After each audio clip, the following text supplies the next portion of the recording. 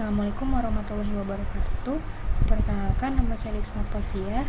Di sini saya akan menjelaskan bagaimana menggunakan Visual Studio 2019 untuk membuat form karyawan. Oke, pertama, nah ini saya sudah membuatnya sebelumnya dengan menggunakan nama project Lisna Octavia _UAS karena memang di sini adalah untuk memenuhi tugas UAS. Nah, jika kalian ingin mencobanya, kalian di sini bisa new Visual Studio. Kalian bisa create new project. Lalu di sini akan tampil nama project ya. Nanti kalian bisa sesuaikan nama projectnya. Nah, di sini kita pilih dulu Windows Form App.NET Framework. Kita sudah pilih, kita klik next.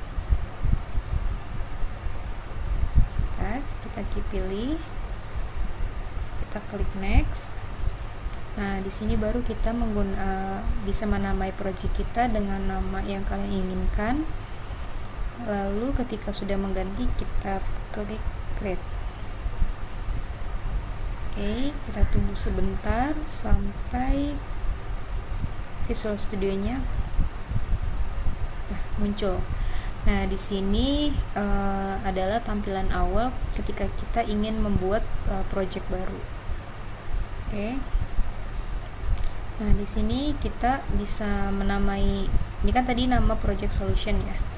Oke, kita lihat yang punya saya. Di sini ada projectnya, nama projectnya. Lalu di sini ada nama formnya, jadi kita bisa bikin form sesuai dengan yang kita inginkan. Pada kasus ini kita membuat form karyawan. Di sini ada nama lengkap, provinsi, kota, kabupaten, alamat, dan jenis kelamin. Lalu di sini juga ada formnya nih. Ini yang untuk menginput atau mengupdate yang data yang kita masukkan. Ada nama lengkap, provinsi, alamat, jenis kelamin, kota, kabupaten. Di sini juga ada button ya. Kita bisa lihat di sini ada button tambah data, yaitu untuk menambahkan data. Ada simpan data untuk menyimpan data, dan ada cetak data untuk kita mencetak data yang sudah kita input atau kita bisa ngeprint. Oke. Nah, lalu di sini gimana caranya data ini juga bisa masuk ke dalam database ya. Kita bisa masuk ke server explorer. Di sini kita pilih data connection, kita bisa add new connection. Nah, di sini kita bisa mengkonfigurasi database koneksi kita. Lalu setelah kita buat database-nya, kita buat table-nya juga. Nah, table sini saya menggunakan nama ya. Nama saya yaitu Lisna Table. Lalu saya masukkan nih nama table apa saja yang nama kolom apa saja yang saya ingin masukkan. Kan di sini kebutuhannya adalah nama lengkap, provinsi, alamat, jenis kelamin, dan kota, kabupaten sebagai data karyawan, maka kita masukkan ke dalam table. Lalu sudah seperti itu, kita bisa membuat form ini dengan menggunakan toolbox yang ada di sini ya. Nah, toolbox di sini kita bisa menggunakan ini. Yang atas ini adalah data grid view. Lalu di sini ada label. Sini label. Ini ada text box untuk kita membuat teks ya. Di sini ada button. Jadi kita kalau mau membuat form, kita bisa menggunakan dari toolbox ini, sudah tersedia. Nah, untuk jenis kelamin, karena menggunakan pilihan, maka kita menggunakan combo box yang ada di sini. Nah, maka kita bisa melihat, kita lihat propertiesnya ya. Di sini combo box ini kita bisa masukkan itemnya. Di sini saya menggunakan laki-laki dan perempuan. Kita bisa lihat, kalau bisa ganti juga sesuai dengan keinginan. Kita klik OK, maka di sini nanti akan muncul pilihan laki-laki atau perempuan. Seperti itu. Lalu drop down style-nya kita ganti drop down. Oke. Untuk itu Setelah itu kita bisa, kalau kita ingin tahu codingannya seperti apa, kita klik kanan lalu view code. Nah, ini adalah codingan bagaimana sistem atau form karyawan tadi berjalan. Sini ada namespace, yaitu nama project yang sudah kita buat.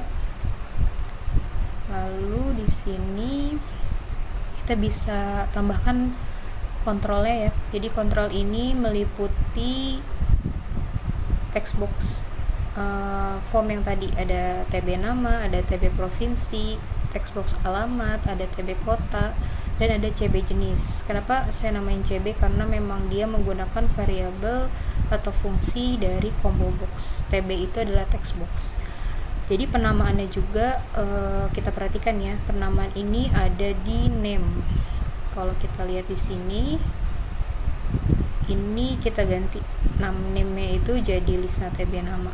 Kalau bisa namanya itu yang mudah kita hafal atau yang berkaitan dengan fungsinya ya, misalkan atau berkaitan dengan variabel yang kita butuhkan gitu. Jadi gampang untuk dalam pengkodingannya. Nah, di sini kita masukkan, lalu kita ada button simpan dan button cetak juga, name-nya disesuaikan. Nah, setelah itu bagaimana kita bisa menambahkan data itu juga dari sini. Oke. Di sini kita bisa lihat bahwa ada taban text box nama, text box provinsi, text box alamat, kota dan jenis. Lalu kita masukkan button simpannya di enable true supaya data tambahnya bisa tersimpan. Lalu bagaimana data bisa tersimpan? Itu ini kita bisa lihat di sini bagaimana data itu bisa tersimpan. Jadi di sini juga data tersimpan ini kita bisa tambahkan message box, nanti akan muncul ya pop up data tersimpan. Oke. Lalu ada juga kalau kita mau update data, kita bisa message box data terupdate. Jadi kita declare dulu juga nih nama name dari text box kita kayak gini. Oke, jangan sampai lupa untuk menambahkan ya name yang ada di sini, fungsi-fungsi di sini. Lalu di sini kita punya kontrol, yaitu double click. Jadi di sini fungsinya adalah ketika kita double click maka data itu bisa kita ubah dan bisa kita tambah juga. Oke. Di sini lalu terakhir ada button cetak. Tadi ada cetak data ya. Di sini fungsi codingnya adalah kita masukkan perintah print, yaitu untuk bisa mencetak data. Lalu dari sini kita coba aja ya gimana form ini bisa berjalan. Kita klik start.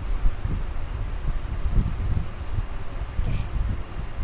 Nah, ini sebelumnya udah ada datanya ya, nama saya ini udah lengkap, provinsinya, kotanya juga kota Tangerang, alamat dan jenis kelamin. Gimana cara kita nambah data? Kita klik tambah data, lalu masukkan deh nama kita, misalkan namanya ini, provinsinya Jawa Barat, kotanya Bandung, alamatnya kita tulis Jalan Kenanga nomor 5, jenis kelamin kita nih pilih laki-laki ya.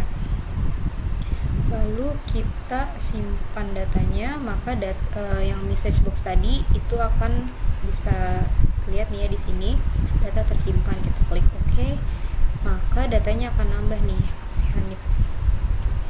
Nah, ketika kita ingin mengubah data, kita tinggal klik double klik yang tadi, fungsi double klik. Nah, maka ini akan aktif kembali ya button-buttonnya. Lalu kita tambahkan misalkan nama panjangnya kita tambahin Ramadan. Lalu kotanya ganti misalkan Cimahi. Oke, kita simpan lagi, maka di sini akan kita lanjut. tadi kita sudah menambahkan dan mengupdate data ya. Lalu gimana nih cara kita mengeprint ya, mencetak data ini. Nah, kita klik 2 kali, double klik, kita pilih cetak data. Nah, maka akan muncul form nama lengkap ini yang sudah kita input ya, Lisna dan Hanif nih. Sudah kita input, kita bisa lihat print layoutnya seperti ini, print layoutnya seperti ini. Nah, kita juga bisa nih mencari data karyawan ya yang kita ingin print. Kita hapus dulu. Oke, kita cetak data lagi. Kita cari, misalkan saya hanya ingin mencetak atas nama Lisna. Kita cari. Nah, ini akan keluar Lisna saja. Kita lihat lagi print layoutnya. Oke, ini yang keluar hanya Lisna.